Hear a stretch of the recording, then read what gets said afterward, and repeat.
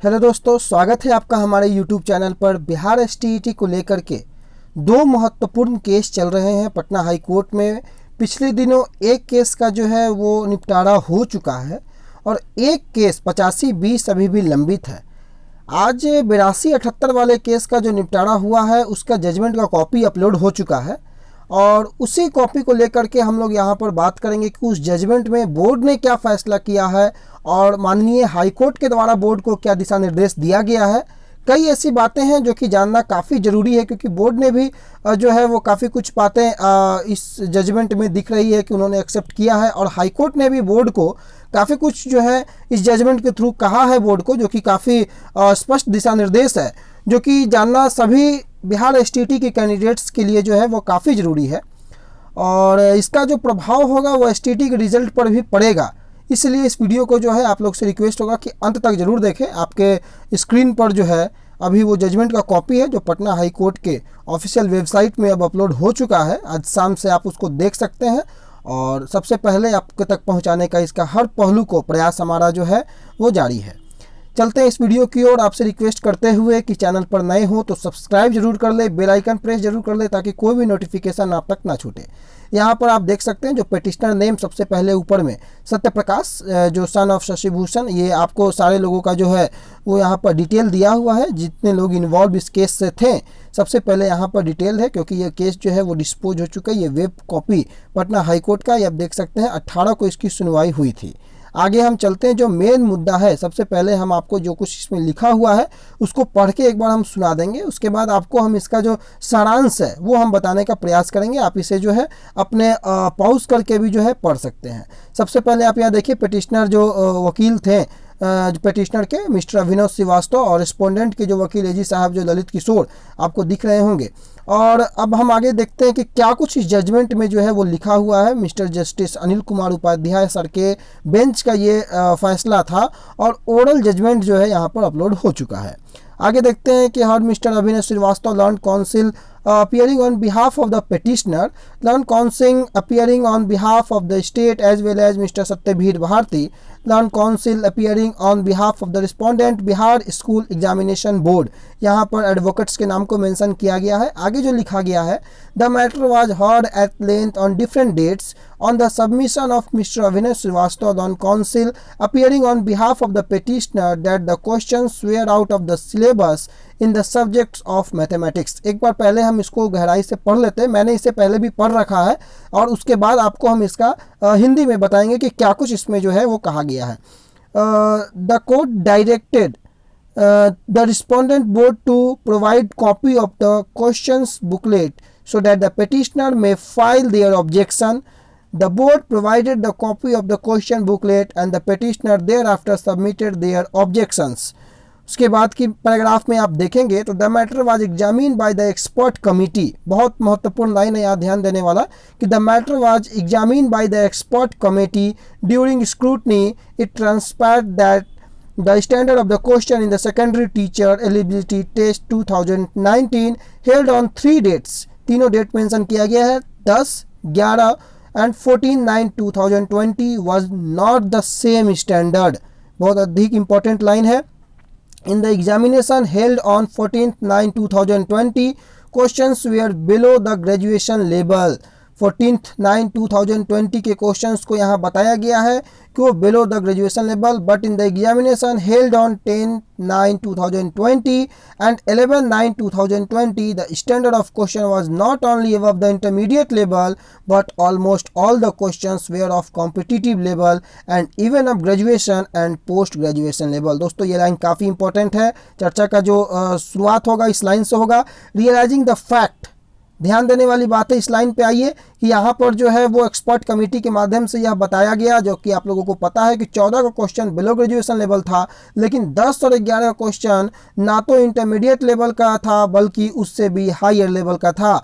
और इसी फैक्ट को रियलाइज करने के बाद, realising the fact that the questions were above intermediate level the respondent have decided, काफ़ी इंपॉर्टेंट लाइन है, the respondents have decided to discard those questions detailed in paragraph 7 of the counter affidavit which are quoted here in below.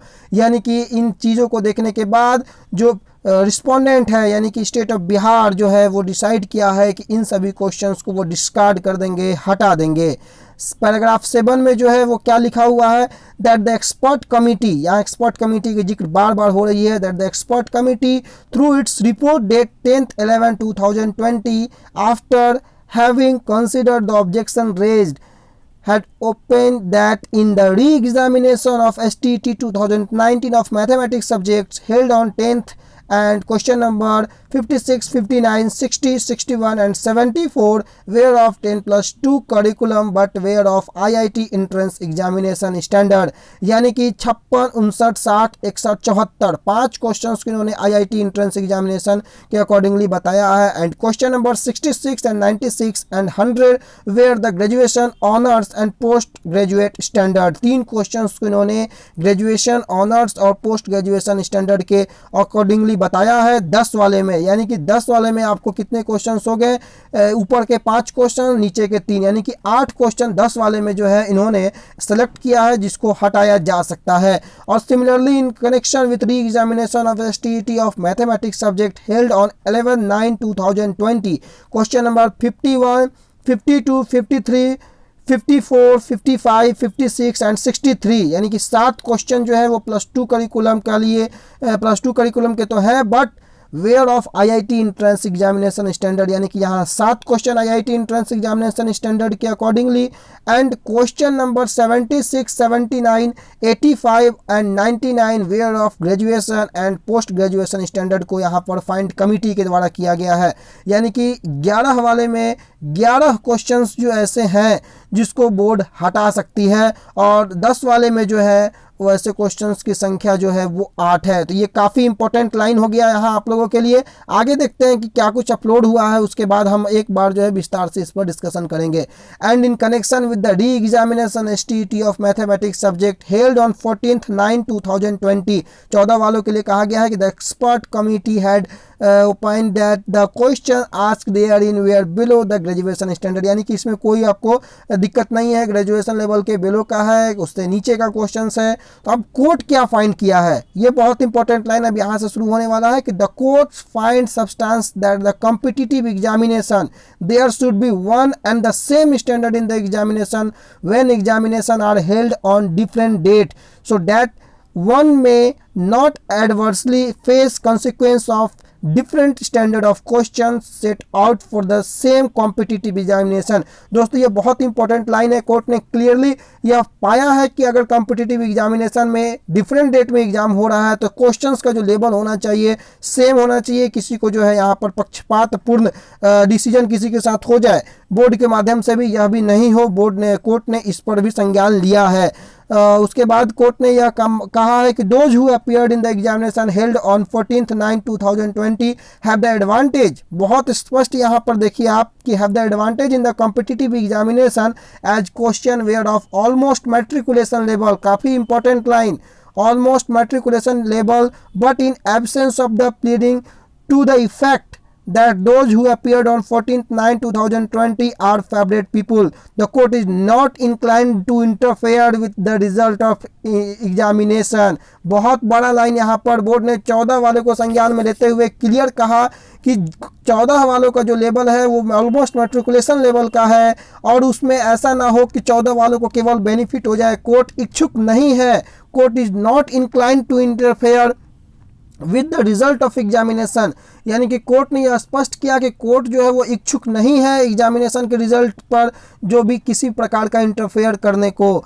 However, the board is required to formulate a policy। यहाँ पर board को निर्देश दिया जा रहा है, बिल्कुल ध्यान से समझेंगे। However, the board is required to formulate a policy so that in the competitive examination held on different dates, standards should be one and the same so that a candidate may not suffer prejudice on account of different standard of questions framed and asked on different date of examination। Clearly कहा गया है कि board यह formula निकाले, board यह policy बनाए कि अगर किसी कॉम्पिटिटिव एग्जाम को वो कंडक्ट करा रही है डिफरेंट डेट्स में, तो उसका स्टैंडर्ड जो होना चाहिए वो एक होना चाहिए, जो किसी भी कैंडिडेट को जो है उसके साथ पक्षपात न हो पाए। Level of questions, level of examination का स्टैंडर्ड जो है वो सेम हो। बोर्ड ने यह स्पष्ट जो है वो कोर्ट ने यह स्पष्ट बोर्ड को कहा है कि बोर्ड को यह जो है आपको कैसे भी हो इस चीज़ को लेकर के आपको एक पॉलिसी बनानी चाहिए। The board should evolve mechanism of internal moderation so that in future there may not be repetition of such situation like the instant one where on different dates question were of even graduation or post graduation and almost all the questions were of competitive level examination wherein the examination held on 14/9/2020। यानी कि board को यह भी कहा गया है कि board बिल्कुल इस चीज़ को जो है अपने इंटरनल मॉडरेशन करे, इंटरनल मैकेनिज्म को डेवलप करे और फ्यूचर में ऐसी किसी भी प्रकार की सिचुएशन नहीं आनी चाहिए कि एक एग्जामिनेशन अगर डिफरेंट डेट में हो रही है तो उसमें पक्षपात जो हो किसी भी विद्यार्थी के साथ हो। ऐसा हाई कोर्ट ने बोर्ड को क्लियर जो है इंस्ट्रक्शन इसमें देते हुए दिख रही है। आगे की जो बातें हैं उसमें कही गई है कि the examination held on 14/9/2020 the standard of the examination was quite below in comparison to those who appeared at the examination held on 10/9/2020 and 11/9/2020 through the writ petition failed, but the writ petition is eye opener for the Bihar School Examination Board। यानी कि इस यह REET application जो है, petition जो है वो failed जरूर है, लेकिन यह जो पेटिशन है वो बिहार बोर्ड के लिए आई ओपनर है, यानी कि आँख खोलने वाला है। यह एक बहुत कड़े शब्दों का जो प्रयोग यहाँ पर आपको दिख रहा है बिहार बोर्ड एग्जामिनेशन बोर्ड के लिए, जो कोर्ट के माध्यम से कहा गया है कि रीट एप्लीकेशन भले फेल हो गया लेकिन यह आँख खोलने वाला है बिहार स्कूल एग्जामिनेशन बोर्ड के लिए। The court hope and trust the henceforth while holding examination on different date the board will adhere the mechanism of moderation so that no person shall suffer prejudice on account of different standard of question set out of examination held on different dates for the same examination। Board यह आशा करती है कि court यह आशा करती है कि board जो है फ्यूचर में ऐसी कोई भी जो उनके द्वारा से एक्टिविटी नहीं होगी जिसके माध्यम से किसी भी विद्यार्थियों के साथ पक्षपात हो, और एक एग्जामिनेशन को डिफरेंट डेट्स में अगर कंडक्ट कराया जा रहा है तो क्वेश्चन जो सेट किया जाए वो डिफरेंट स्टैंडर्ड का ना हो। यह जो है कोर्ट ने बोर्ड को कहा है। इस जजमेंट के थ्रू यह बातें स्पष्ट हो रही हैं। आगे लिखा हुआ है कि the board shall religiously follow the guideline in all future examination with the aforesaid the writ application stand dispose. यानी कि इस आधार पर जो है इसको डिस्पोज कर दिया जाता है इन सभी बातों को लेकर के। और यानी कि इस जो जजमेंट का कॉपी है अगर इसको पढ़ा आपने पूरा, आपने भी इसको पढ़ा हो या आप फोल्ड करके पढ़ लीजिएगा, इसमें जो क्लियर इंस्ट्रक्शन आपको 2-3 लाइन जो है कि हाई कोर्ट ने बोर्ड को भी जो है वो स्पष्ट दिशा निर्देश देते हुए कहा है कि फ्यूचर में ऐसी बातें नहीं होनी चाहिए कि एक एग्जामिनेशन अगर डिफरेंट डेट्स में हो रही है तो उसमें डिफरेंट स्टैंडर्ड का level, different level of questions हो, क्योंकि किसी भी विद्यार्थी के साथ पक्षपात ना हो। इस पर कोर्ट ने बिल्कुल अपना कड़ा रुख जताते हुए बोर्ड को जो है एहतियात बरतने को कहा है और आइंदा फ्यूचर में ऐसी बातें ना हो इसके लिए पॉलिसी बनाने, मैकेनिज्म को तैयार करने के भी बातें इस जजमेंट के आधार पर कही गई है। इवन कोर्ट ने इस केस को आई ओपनर के रूप में देखने को कहा गया है बिहार स्कूल एग्जामिनेशन बोर्ड के लिए।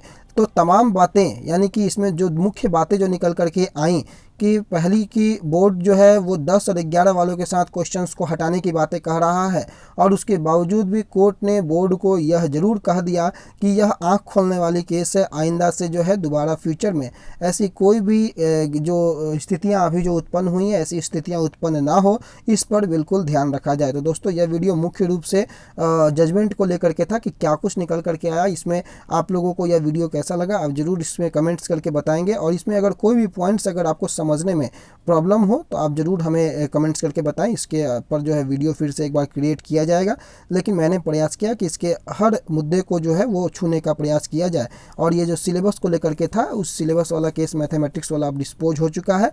आगे इससे रिलेटेड कोई भी अगर निकलेगा बातें तो आपको हम पहुँचाने का प्रयास करेंगे। तब तक के लिए इतना ही।